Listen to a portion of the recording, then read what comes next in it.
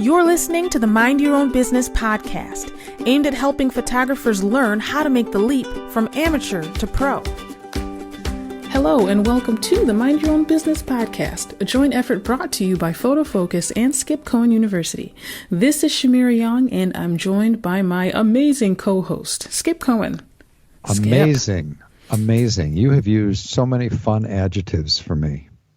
It's kind of nice over the years. So I don't know that I'm as amazing as our guest is today. We got an amazing program. So yes, I'm guessing you would like me to do an intro. Oh, let's get to it. I'm excited. All right. So if you think about every podcast we've done, and Shamira and I have been doing these, I think we're up to about 150 podcasts we've done together. They've all been fun. But this one today is an especially big kick for me. We've got Kris Andrus in the house, and he was literally in my house for a couple of days in early April. He and Lizzy Gad helped Platypod launch its new Kickstarter campaign. And I got to tell you, nothing beats quality time with old friends and new friends. And Kris is definitely a new buddy. He is an adventurer. He's an artist. He's an educator. And what's really interesting is like 50% of the professional photographers out there, he's also got a very intense day job. But I also believe, getting to know him, that that's part of what's helped him develop a balance in his life while at the same time pursuing his passion. And there's a short section that I want to read right now from his bio that I want to share with everybody. Quote, whether I'm experiencing the aurora in Greenland, icebergs in Antarctica, or alpine lakes in my home mountains of the Canadian Rockies, I am always in search of the untold adventure. My camera is how I endeavor to bring these adventures to you. I want my photos to ignite a passion to seek the horizon and embrace the untamed outdoors, close quote. Now, just in case you didn't notice in all of that, there's a common denominator with Kris. It's his love for altitude and cold. Now, he spends the majority of his time, his imaging time anyway, in the mountains, high altitude, incredible cold.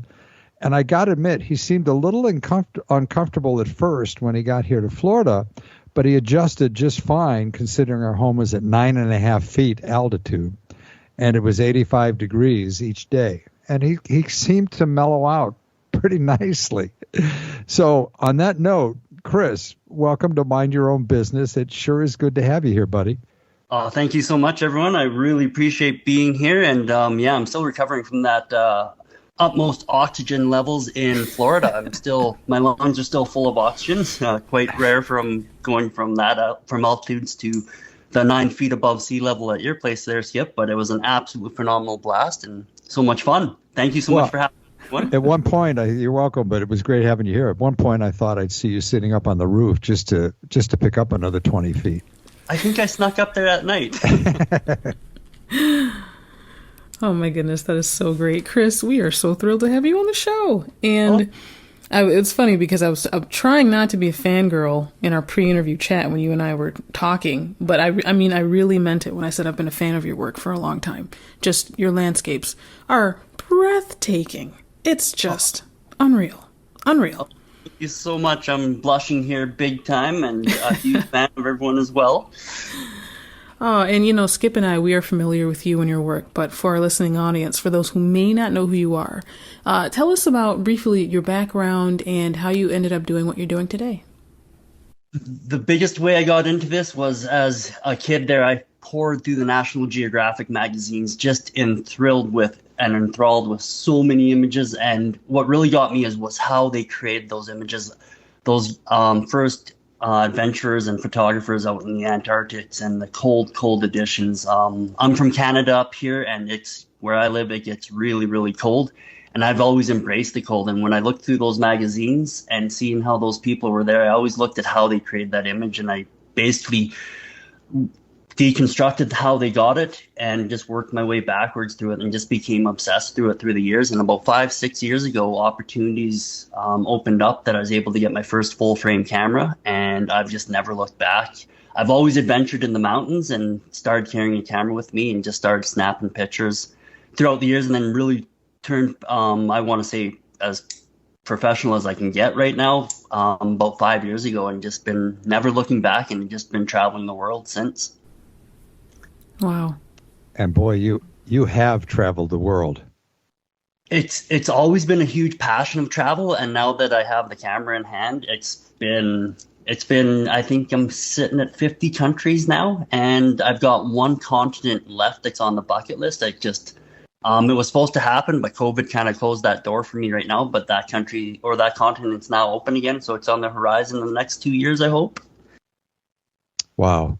So in terms of all that travel, just briefly, because for those of us that moved to Florida because we were fed up with the cold in the Midwest, actually we came down here for family reasons, but I'm curious, where's your love for the cold and the altitude come from?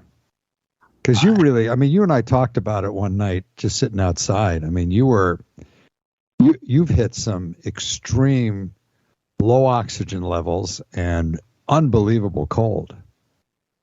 Yeah, I've just always loved the cold. Like, I know I annoy a lot of my friends there because the colder, the more atmospheric it gets, the happier and more excited I get. It really drives them just bonkers in the end. Usually will walk quite a ways behind me, just to get away from my overly golden retriever energy that happens during those events.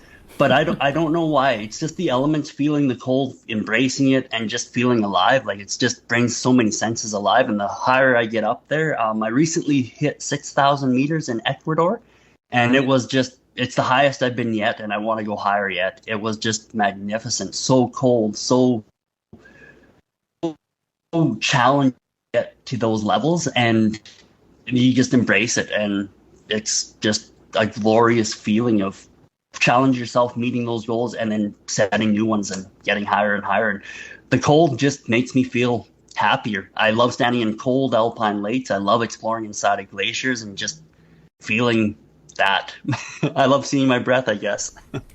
Kris, just curious. I'm sorry, Shamara. Just on the same thing on cold, any issues that you've found in the way you have to protect your camera gear in the cold and everything functioning? Extra batteries, who knows what? Absolutely. I always carry the 2 or 3 batteries just on the inside of my pocket, just close to my chest there, just to keep the heat. The cameras, the cameras nowadays, we're at a time that it's a photographer's paradise. Like, the cameras are so well equipped, so able to handle the cold conditions, the environment conditions. Like, before 10 years ago, you'd never dream of getting your camera anywhere close to high moisture. We're inside glaciers. We're opening up the cameras, swapping batteries. You're not too concerned. You're always worried about swapping lenses and stuff. But the cameras nowadays they're bulletproof. I've challenged my camera so many times, and it's held up. And I've got to say, I'm quite impressed with what they can handle. Kris, I admit I had to pull up a map here to see exactly where Alberta is. And I kind of knew, and what's funny is that we can almost see Canada from my house. We live in Port Huron, and so we've got the Blue Water Bridge.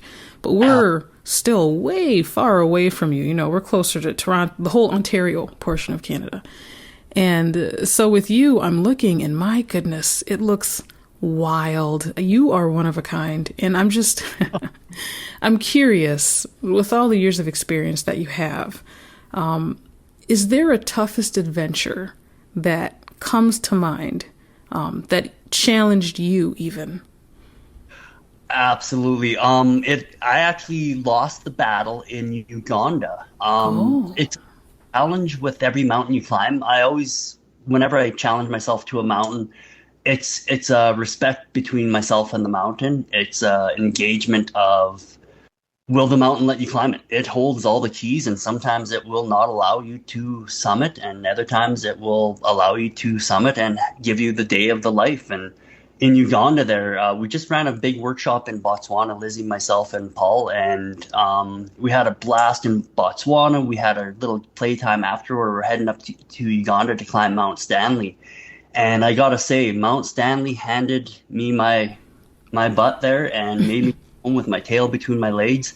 I had prepared for a Uganda hike, mountainy, very high humidity, the cold and stuff like that, but the lack of oxygen and the amount of work slogging through the mud and stuff, I wasn't prepared mentally, I think, and probably physically enough. And at about 4,900 meters, I actually got altitude sickness, and it stopped me in my tracks.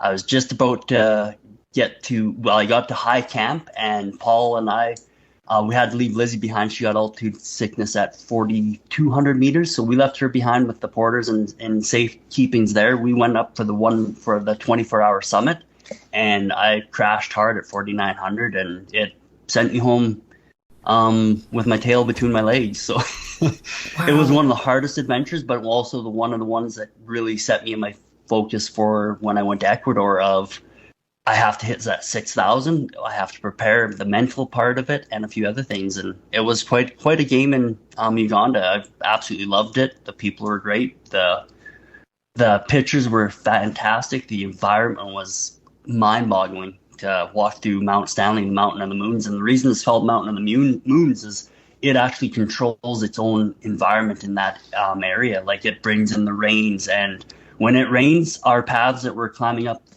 super steep slopes became waterfalls. So we're literally crawling up waterfalls, and it was magical. It was wet. 12 days of being completely soaked. So. Oh my goodness! And you mentioned altitude sickness. What symptoms? What happens when you have that? So altitude sickness comes in a variety of things. None of it was too life-threatening for us, but it's just being aware of the signs. And the signs were nausea, instant nausea, couldn't eat, couldn't sleep, dizziness, confusion, massive headaches, body cramps. All that stuff were starting to happen. Whoa. And the biggest risk is when you push past those points. When you get it, you have to really analyze. You check in with everyone, and you have to acknowledge that this is happening. And it's the scariest thing to acknowledge, because it's like, okay, if I don't want this to actually happen, I want to summit, and don't let pride get in the way, because that's how you can get yourself in a lot of trouble. Paul and the two guides hiked up to the summit. They peeked out and they came back and grabbed me, and I got to hear about their great adventure, which sadly was clouded in, so they didn't have the magnificent views of the Congo and stuff that we're hoping to see. But we'll be back to that area again soon. Wow. But it's just for everybody out there, keep in mind, because he's a Canadian, he's talking meters. So just to remind everybody, we're talking about altitude sickness. He's close to 13,000 feet when he mentioned that Lizzy got sick. And what'd you say? Your highest is 6,000 meters, which is going to be over 18,000 feet. So we're talking some major heights there. Yeah, I would get about the conversion there, 3 feet to so. I wanted to throw that in, because I think a lot of people will think. I know when you and I first started talking, you were talking about 6,000. I'm thinking, well, come on, that's not a big deal. I've been at 8,000 in Montana, but my 8,000 was roughly 2,500 meters, not 6,000. Hey, talk a little bit about, you mentioned Paul, and you guys. I know you've got a relationship with Offbeat. Talk about their educational programs, because I know you've got one coming up soon in Mongolia and a couple of other places. Let's just switch hats for you for a minute and talk about the importance of education and what you guys accomplish on these workshops. Absolutely. I belong to Offbeat Photo. You can find us at offbeat.ca. It's Dave Brosha, Paul Zixka, and myself. We run around the world adventure photography program. We teach a lot of photography around the world. We're heading to Mongolia in just under 30 days. I think it's 29 days, where we're doing Mongolia East and West, where we're taking participants across the Gobi Desert and into the western part teaching photography. It's a huge thrill for me. I love showing people and creating with participants and capturing that image. I just absolutely love teaching night photography, day, any type of photography, any genre. I love shooting. I'm heavily into the portrait side of it. But the education part and refining those skills and watching participants learn and shoot top quality photos has just been a passion of mine for years. I love sharing that knowledge and the talent. Great stuff. We'll make sure to include a note, a link in our show notes. You said that was offbeat.ca? Yeah, offbeatphoto.ca. Offbeatphoto.ca. Awesome. And I don't want to beat a dead horse with how much we've talked about COVID on this podcast, but I do want to touch on it, especially because it is such a blessing. It's something that we don't take for granted, especially now that we can travel again and have these amazing photo workshops. And it's so cool to hear about your upcoming travels. And I'm curious, with COVID, living in this somewhat post-COVID age, how have you made adjustments moving forward for your travel plans? COVID has set travel plans. I was very fortunate to be able to travel so much during COVID, following all the protocols, all the world precautions and stuff. I was able to travel heavily still during COVID times. Wow. But nothing with the workshop, stuff like that. Our first workshop that we were able to do was in December, just as the borders started to open. We successfully ran Botswana. And it was great to reconnect with people, and the reconnection after being locked in for 2 years with people and catching up with and making new friends and adventuring with new friends. It's just been such a dream again. And it just really reiterated the connections to humanity that we have to have and our friends, and just how we are not solo creatures. Although I'm a huge introvert, just that connection to the environment and people is just huge. And the world travel, now that it's open again, has just been nonstop. You kind of opened me up for my next question too. When you just said, being an introvert, but being back with humanity. Let's talk a little bit about what it's like to work with your favorite model. And I know who she is. And if our listeners don't, you need to go look up Lizzy Gad, Gadd. What's it like when you and Lizzy are traveling? Because you both are very independent. You both have your own visions. And yet it's like when you combine your resources, some of the images you have on the website, on your site, and some that Lizzy has that you've captured of her, it's just a really interesting relationship. What do you want to share about working with Lizzy and the patience that has to come from both sides in a couple to build that such a great relationship? It is so magical to work with such I call her the little pixie of the forest there some days, because it is so much to watch. It's sometimes set back in your feet and you just put your camera away and you sit up against the tree and watch her create her magic. And it can be humbling. It can be sometimes I think I should just pack my camera and sell it. But it's amazing to watch her create. And when she's in her zone, I try to be as respectful as possible, because even when I'm trying to create my stuff, if somebody's in there trying to snap pictures while I'm creating my stuff and I'm trying to get my poses down, and same goes for her, when she's in her zone, my camera goes away. I do not shoot, or I'll go for a walk. I'll give her privacy, because some of it's very, very intimate, creating the image or the connection that she's trying to create with the atmosphere that's around her or the environment that she's around. And having a second shooter in that environment, even though we share everything, it's just not the right time. So I usually know my boundaries pretty quick. I'll see a foot stomp or a glare or something, or a certain look, and it's time for me to go away.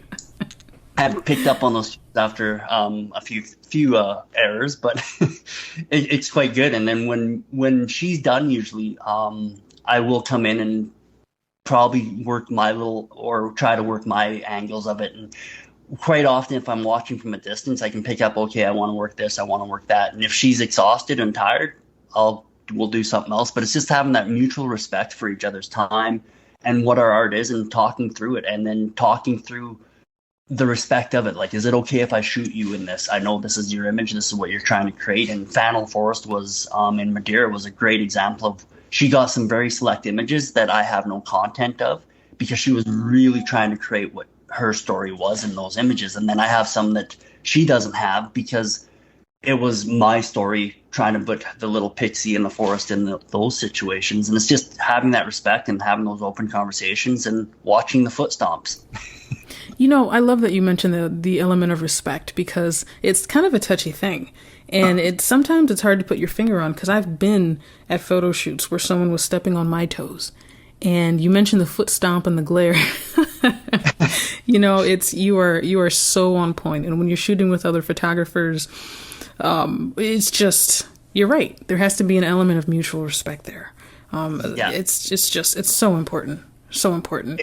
It's so huge, and I think it's overlooked. Like in workshops, when you have a paid model there, or a paid situation, great, everybody can shoot till your heart's content. But when it's a very intimate situation where somebody's trading their art and what Elizabeth creates, it's humbling. It will put me back, and when she's editing some of her photos and I'll be sitting there creeping over her shoulder or something, it's just like, oh my goodness, I'm just gonna go for a walk because I've got so much I'm totally blown away by her work all the time, and I have to just take a step back because it's very hard to keep going in some of your stuff when you see somebody so good sitting beside you. You know, it's true, and her work is outstanding, and so is yours. And I would love if you would touch on the elements of your fine art, and specifically just the process of launching. You've just launched a fine art portion of your website, or rather a fine art website, standalone, correct? And I would love to hear more about the nuts and bolts of that, and even the challenges with launching that. It's been something for a while now of trying to get a fine art print shop launched there, and it's been a lot of people have approached me and said, you got to get a print shop going. You got to get the print shop going. And just not having quite enough belief in myself to think I'm ready for a print shop and stuff like that. Lizzy's been a huge advocate of get your print shop up and running. And it's always been really, I don't know, to put yourself out there. I actually wrote an article not too long about it for Offbeat on owning it and putting yourself out there and then trying to push it. And it's so hard to push your own or stuff, because it's great when somebody wants an image and it's easy to sell that image when somebody comes to you, but to put it out there and say, hey, you should look at my images because I think they're great, is quite a new role for me. And it wasn't until I was invited down to meet Skip and showcase the Platypod launch there, and meeting Scott Kelby and him giving that final nudge of saying, hey man, get this going, like get off your butt there and get this going. And it's sometimes the advice of a complete stranger that echoes loudest in somebody's ears. And it was the final push to let's make it happen. And in, I think, just under a month here, we've got the 22 images launched on my print shop right now of just some of my favorites throughout the years. And it seems to be doing okay. It's a little hard being out there, but I know I was fighting with the Imposter Syndrome quite hard there while I was launching it, of just, is it that good, or can this actually be successful? And I'm considering it a success right now. That's amazing. Well, yeah, just to share a quick story with Shamara and all of you out there listening, during the Platypod Kickstarter launch, Lizzy is on one side of Scott Kelby, and Larry Tiffenbrun, the founder of Platypod, is on the other side. And the whole purpose, and Lizzy and Kris coming down, was to help us launch the new Platypod Extreme. So Kris and I are sitting on the sidelines, and they've got a table off camera. And as Lizzy is talking and showing her images, and Scott is absolutely in heaven looking at these things. I mean, he cannot believe what he's looking at, and he's really totally impressed to a level that I've never seen Scott impressed before over the work, and it's just beautiful. And as I'm looking at Kris, I'm watching all the blood drain out of his body because he's just getting more and more pale, and I could see the wheels turning in his head over, oh my God, I'm up next. How do I follow Lizzy Gad? And this is the very cool thing of what Kris just said about sometimes the comments from somebody, from a stranger, make such a difference, because when Kris, they took a break, and when it was Kris's turn, and I could see him go up and sit down and, a little visibly shaken. If this was a high production operation, they would have run the makeup artist to put a little color in his face with some rouge. Yeah. The point is that the minute Kris started to show his work and Scott responded, it became incredible over how much he was impressed with the work, loved the work, and that just seemed to open up. And it was just such a fun thing to react because truthfully, and you and I talked about this, you'll hold your own with anybody out there. It doesn't matter who the viewer is. Your work holds up. And it is about having that confidence. And I'm sorry, I didn't mean to get on a soapbox, but it was just such a fun thing to watch Kris and Lizzy to a point too, of watch your lives change just a little bit over exactly what was happening in terms of your work and somebody on the outside seeing it for the first time. Absolutely. That was a moment that Liz and I just chat about a lot still. And you're so right, Skip. Like, I was trying to hide under that table. Like, I was sinking, as Scott kept referring to. He's like, I can't believe you got to follow this up there, Kris. Like, how are you going to hold cake to Lizzy here? And it was like, oh my goodness, how am I to ever follow this act? Like, what Lizzy's work is, and all of a sudden they're going to show mine after. Can I go home now? There's a lot of panic, and I was feeling pretty small in front of that camera, but Scott's words echoed in my ears, and just that little bit of confidence and that validation. I think as an artist, we all say that we believe in ourselves, but hearing it provides a lot of comfort and a lot of validation that I think people need to hear at times. And I needed to hear it that day. That was for sure. Well, it worked. Well, I got the print shop running. You know, you mentioned, just a quick side comment, the imposter syndrome very quickly. And it's so true. We all suffer from it. And there was actually an article on photofocus.com where I talked about the imposter syndrome. I can't remember the title, but it was, do you suffer from the imposter syndrome or something? And that was one of the most popular articles as far as comments and recognition that I had ever written, because so many photographers have it. And it's interesting because it doesn't matter how great your work is. Like, I look at your work, Kris, and it is amazing. But no matter how talented the photographer, it seems like we all on some level personally suffer from the imposter syndrome. So you're so right. It's so helpful to have a third party looking at your work, giving you feedback. It's so powerful. It is so true out there. I talk about it openly, and I want artists to talk about it as much as possible, because so many people are scared to talk about it, and it eats so many people alive. Like, I run with some huge names out there, and their work gets thousands upon thousands of hits. And I launch a similar image, or one that I'm so confident is going to do well, and it gets 100. And it's believing in yourself and just acknowledging the imposter syndrome, that I am good enough and I am out there, and talk about it freely. Like, all my friends that I run with that have the 500,000 followers, 750,000 followers, they get there because their work is that good. And it is hard sometimes to put my work out there, and they encourage and stuff like that. But it's just believing in yourself and just acknowledging the imposter syndrome, because they have it too. And it's wild to, when you chat with them and hear their insecurities as well. And it's a thing that everybody needs to talk about.